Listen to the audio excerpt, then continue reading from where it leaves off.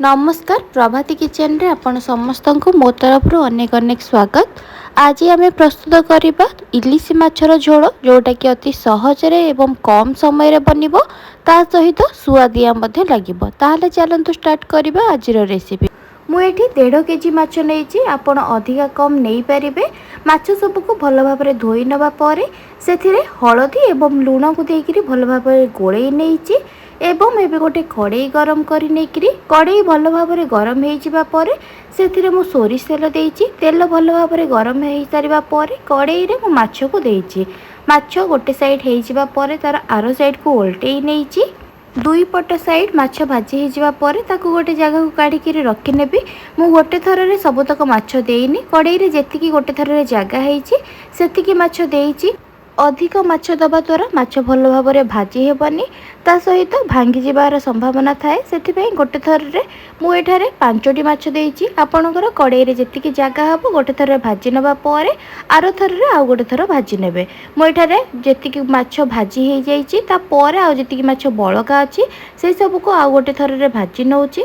आपण मैंने भिडटी को आरंभ शेष पर्यंत देखूँ। जदि भिडटी भल लगे ताहले लाइक सहित शेयर करने सहित जदि मो चैनल रे नुआ थिबे ताहले सब्सक्राइब करने। सब्सक्राइब करने सहित पाखरे थिबा छोट बेल आइकन को क्लिक करदेवे जहाँद्वारा मु नेक्स्ट जहाँ भी वीडियो अपलोड करी ताहार नोटिफिकेशन आपण को फोन को आसीजिवो एवं आपण जाई वीडियोटी को देखिपारे। बहुत कम समय मध्य ए माछ तरकारी बनिकी तैयारी हो सहित खाइबा मध्य सुआदिया लगिबो। इलिश माछर पतला झोल बनईकरी जदि उषुना भात सहित खाऊंती ताहले तार स्वाद आउ भी बढ़ी थाए। आपण मैंने गोटे थर निश्चय ट्राए करंतु ता सहित केमती लागिबो मो सहित कमेंट सेक्शन में निश्चय शेयर करेंगे। एबे सबुतक माछ भाजी हो जावा पर एतिकी माछ को लास्ट कड़े रे भाजीबा को दे देइछि। आ सब माछ भाजी हो जावा पर माछ सबको गोटे प्लेट को काढ़ी रखी नौछि। जो कड़े रे माछ भाजुली से कड़े रे आउ गोटे चामच सोरिष तेल देइछि एवं गोटे आलूर चोपा छड़े नहीं ताको लंबा लंबा पतला पतला करी काटी नहीं।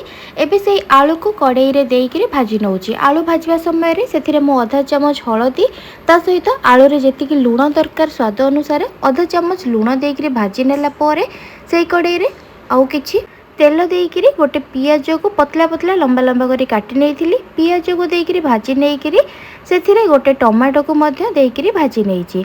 से स्वाद अनुसार लुण एवं हलदी देइकरी गोले नहीं।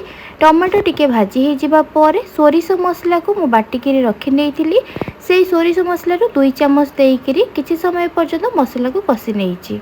गैस को मीडियम फ्लेम रे रखिकी सोरिष मसला को 2 ରୁ 3 मिनिट पर्यंत कषि नेबे। ताठारु बेसी टाइम कषिले सोरिष मसला पिता हो जिबार संभावना थाए। सेथिबे 2 ରୁ 3 मिनिट भितर कषि नेबा परे सेथिरे गोटे ग्लास मु एठारे पानी देइछि। आपण तरकारी रे जेतिकी झोल रखिया पई चाहिबे सेही हिसाब रे अधिका कम करी पानी देई परिबे। तरकारी रे पानी देइकरी तरकारी झोल किसी समय फुटी जावा पर से भाजिकी रखिथिबा आलू को दे देइछि। आलू देइकरी किसी समय फुटी जावा पर से जो माछ को भाजिकी रखिथिली से माछ को देइकरी तरकारी रे गोळेई नौछि। माछ को तरकारी रे देइकरी गोळेई नबा पर आउ 2 ରୁ 3 मिनिट पर्यंत गैस को हाई फ्लेम रे रखिकरी तरकारी को फुटेई नौछि। आपण मैंने गोटे थर यही उपाय रे तैयारी करिकिरी देखंतु केमती लागुची मो सहित कमेंट सेक्शन में निश्चय शेयर करेंगे। बहुत कम समय रे बनिबो ता सहित खाइबा पाई मध्य बहुत सुआदिया थाए। आशा करूची कि वीडियोटी आपनको भल लागिथिबो। जदि वीडियोटी भल लागिथिबो ताले लाइक सहित शेयर करनेबे। रहुची नमस्कार धन्यवाद।